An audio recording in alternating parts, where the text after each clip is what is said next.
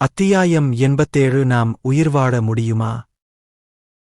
இதற்கிடையில் போர்க்களத்தில் நீண்ட இரவுக்குப் பிறகு முதல் அசுர அலை இறுதியாக முடிவுக்கு வந்தது.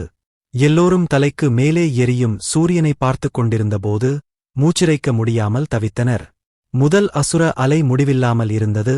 எல்லோரும் ஓய்வெடுக்காமல் போராடினர். இப்போது சக்தி குறைந்து போகாத ஒரு நபர் கூட இல்லை. அவர்கள் அனைவரும் உடல் வலியால் சோர்வடைந்திருந்தனர்.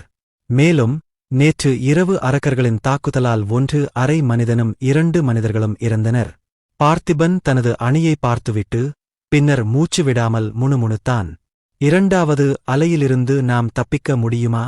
இதற்கிடையில் மேகங்களுக்கு மத்தியில் அமர்ந்திருந்த காசியன் சத்தமாக சிரித்தான். இறந்த மக்களைப் பார்த்தான். அவன் முகத்தில் ஒரு திருப்தியான வெளிப்பாடு தோன்றியது. முதல் அலை முடிந்து 10 நிமிடங்கள் ஆகிவிட்டன. அவர்கள் போதுமான அளவு ஓய்வெடுத்துவிட்டார்கள். 2வது அலையைத் தொடங்குவோம். ஒரு பயங்கரமான புன்னகையுடன் அவர் கையை அசைத்தார். சிறிது தூரத்தில் மணல் மீண்டும் மூழ்கத் தொடங்கியது. சில வினாடிகளுக்குப் பிறகு இரத்தம் தோய்ந்த கண்களுடன் பழக்கமான அரக்கர்கள் தரையில் இருந்து ஊர்ந்து வரத் தொடங்கினர். அவர்கள் உடனடியாக கோட்டைகளை நோக்கிச் செல்லத் தொடங்கினர். கோட்டையின் மேல் பகுதியில் நின்று கொண்டிருந்த பவானி சுற்றிப் பார்க்கும்போது அதிகமாக மூச்சிறைக்க ஆரம்பித்தாள். வில் நான் தொடர்ந்து நீட்டியதால் அவள் விரல்களில் இரத்தம் வழிந்தது. திடீரென்று அவள் அரண்மனைகளை நோக்கி மேலும் பல அரக்கர்கள் பாய்ந்து வருவதைக் கண்டால் அவளுடைய கண்கள் சுருங்கின. ஒரு நொடி கூட காத்திருக்காமல் அவள் கத்தினாள். இன்னொரு அசுர அலை வருகிறது. அவள் குரல் சத்தமாக இருந்தது. ஏனென்றால் அவள் அதை மானாவால் பூசினாள். அவள் சொன்னதைக் கேட்டு அனைவரும் அதிர்ச்சியால் மூச்சுத் திணறினர். இன்னொரு அலை வருகிறதா? முதல் அலை சில நிமிடங்களுக்கு முன்புதான் முடிந்தது இல்லையா? யாரும் சண்டையிடும் நிலையில் இல்லை. ஆனாலும் அவர்கள் தங்கள் ஆயுதங்களை இறுக்கமாக பிடித்துக்கொண்டு எழுந்து நின்றனர். அவர்கள் தொலைதூரத்தைப் பார்த்தார்கள். அங்கு ஏராளமான அரக்கர்கள் தங்களை நோக்கி வந்து கொண்டிருந்ததால் தரை லேசாக நடுங்கிக் கொண்டிருந்தது. கனத்த இதயங்களுடன் அனைவரும் அரக்கர்களுக்காக காத்திருந்தபோது அவர்களின் கண்கள் இறுதியாக முழு வேகத்தில் அரண்மனைகளை நோக்கிச் செல்லும் ஒரு பெரிய அரக்கப்படையைக் கண்டன.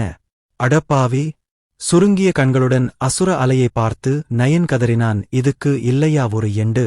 இவ்வளவு பெரிய அசுரப்படையை எப்படி நாம் வெல்லப் போகிறோம்? அவன் நம்ப முடியாமல் கத்தினான். பார்த்திபன் நைனை பார்த்து தன் வாளை இறுக்கமாக பற்றிக் கொண்டான். நாங்கள் எங்களால் முடிந்ததை மட்டுமே முயற்சி செய்ய முடியும். அவரது குரல் அரிதாகவே கேட்கக்கூடியதாக இருந்தது.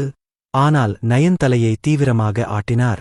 விரைவில் அரக்கர்கள் அரண்மனைகளுக்கு முன்னால் தோன்றினர். ஆனால் திடீரென்று தாக்குவதற்குப் பதிலாக அவர்கள் அனைவரும் தங்கள் பாதையில் உறைந்து போனார்கள்.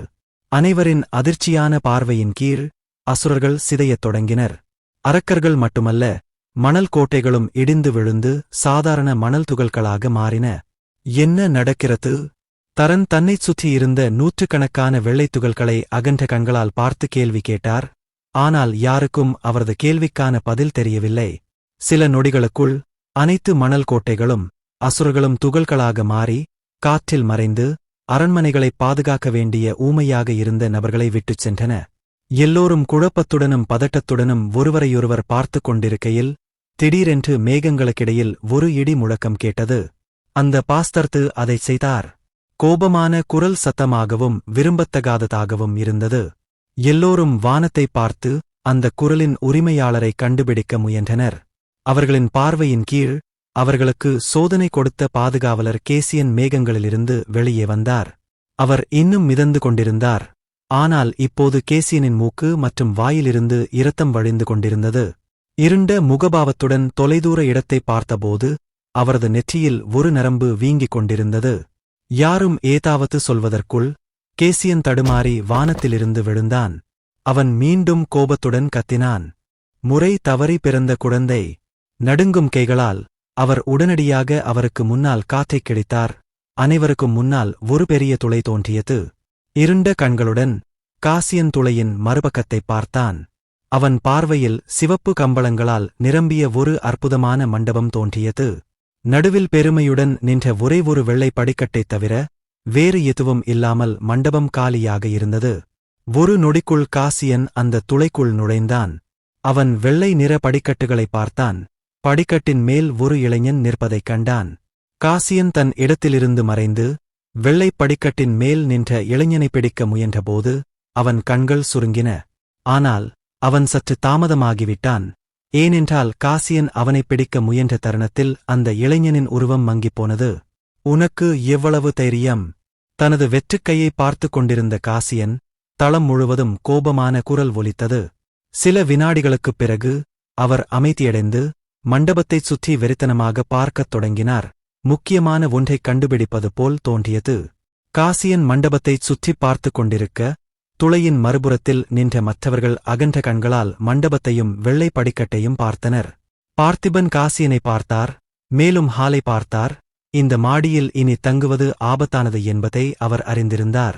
எச்சரிக்கையான முகபாவத்துடன் அவர் அவசரமாக துளைக்குள் நுழைந்தார். பார்த்திபன் மண்டபத்திற்குள் நுழைந்த தருணத்தில் அவரது இடது கால் கடினமான ஏதோ ஒன்றில் மோதியது. அவர் கீழே பார்த்தபோது ஒரு கருப்பு பந்தை கண்டார். அதன் மேற்பரப்பில் ஒரு சிறிய விரிசல் இருந்தது. பார்த்திபன் பந்தை எடுத்தார். ஆனால் காசியன் தனக்கு முன்னால் நின்று கொண்டு தன்னை நேரடியாகப் பார்த்துக் கொண்டிருந்தார். இன்னும் துல்லியமாகச் சொல்லப்போனால், பார்த்திபன் வைத்திருந்த கருப்பு பந்தை காசியன் வெறித்துப் பார்த்துக் கொண்டிருந்தார். அதை எனக்குக் கொடு.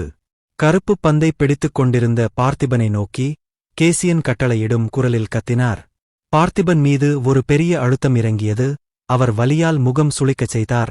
காசியன் இருண்ட கண்களால் அவரை பார்த்தார். ஆனால் பார்த்திபன் கருப்பு பந்தை காசியனுக்கு கொடுக்கவில்லை. அதற்கு பதிலாக பார்த்திபன் பந்தை இன்னும் இறுக்கமாக பிடித்தார். கருப்பு பந்தை இன்னும் இறுக்கமாக பிடித்த கணத்தில் காசியன் வேதனையான முகபாவனையை காட்டினார். அவனுடைய முகபாவனையை பார்த்து பார்த்திபன் பற்களைக் கடித்துக்கொண்டு கத்தினான். நீங்க எல்லாரையும் போக விடுறீங்கன்னா நான் போறேன். காசியன் எதுவும் பேசவில்லை. அவன் இருண்ட கண்களால் பந்தை வெறித்து பார்த்தான். காசியன் கரகரப்பான மற்றும் விரும்பத்தகாத குரலில் பேசுவதற்கு முன்பு பார்த்திபனை சுற்றியுள்ள அழுத்தம் உடனடியாக மறைந்துவிட்டது.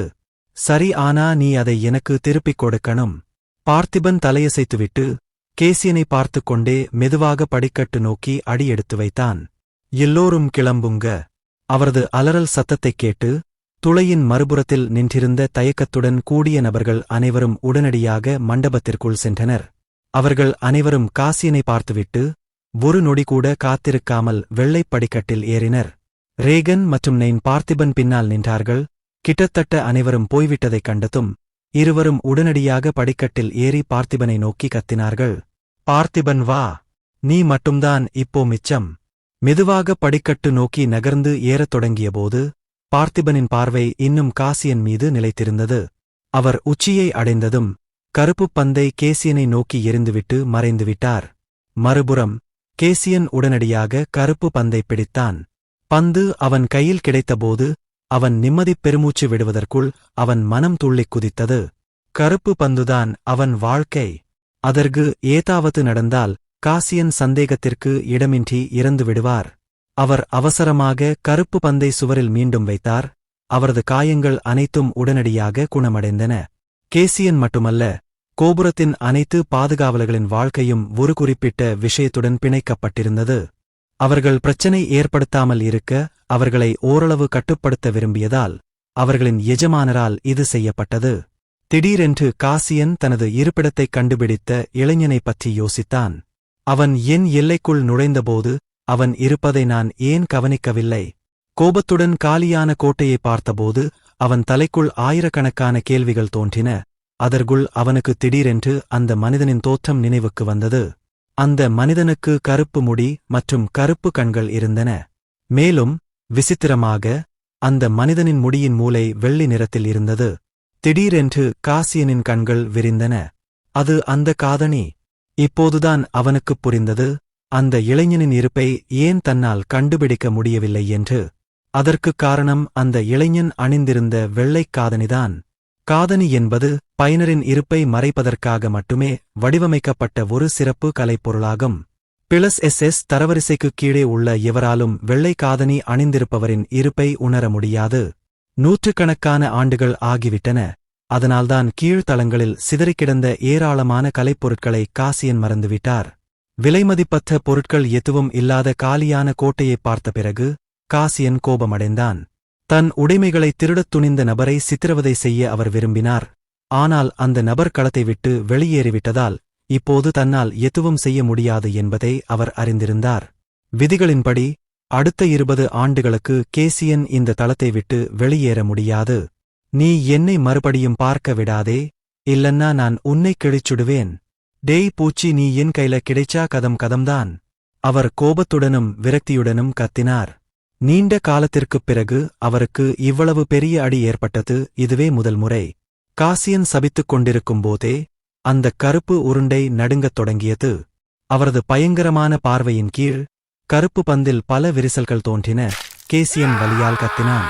அவன் உடல் வலியால் துடித்தபோது பின்னால் இருந்து ஒரு அமைதியான குரல் கேட்டது. பெருமூச்சு விடு, நான் உன்னை நிறுத்தச் சொன்னபோது நீ ஏன் நிறுத்தவில்லை? இப்போது ஒரு குறிப்பிட்ட நபரை கண்காணித்து வந்த பழைய பழங்கால மரம் நீ செய்ததை பார்த்தது. காசியனுக்கு பின்னால் பழங்கால ஆடைகளை அணிந்த ஒரு இளம்பெண் தோன்றினாள். அவளுடைய முகமும் உடலும் ஒரு வெள்ளைத் திரைக்குப் பின்னால் மறைக்கப்பட்டிருந்தன. விதிகளின்படி நீங்கள் 1000 ஆண்டுகள் நிலத்தடியில் செலவிட வேண்டும். உடலின் பல்வேறு பகுதிகளிலிருந்து இரத்தம் வழிந்து கொண்டிருந்த காசியன் திரும்பி அந்த பெண்ணை பார்த்தான். அந்தப் பெண் அண்டர்கிரவுண்ட் என்ற வார்த்தையை குறிப்பிட்டதும் அவன் நடுங்கிப் போனான். அந்த இடம் அனைத்து பாதுகாவலர்களுக்கும் மிக மோசமான கனவாக இருந்தது. காசியன் மன்னிப்பு கேட்க விரும்பினான். ஆனால் அவன் வாயிலிருந்து குரல் வெளிவரவில்லை. அந்த பெண் இரக்கமின்றி அவனை ஒரு கருப்பு நுழைவாயிலுக்குள் இழுத்துச் சென்றாள்.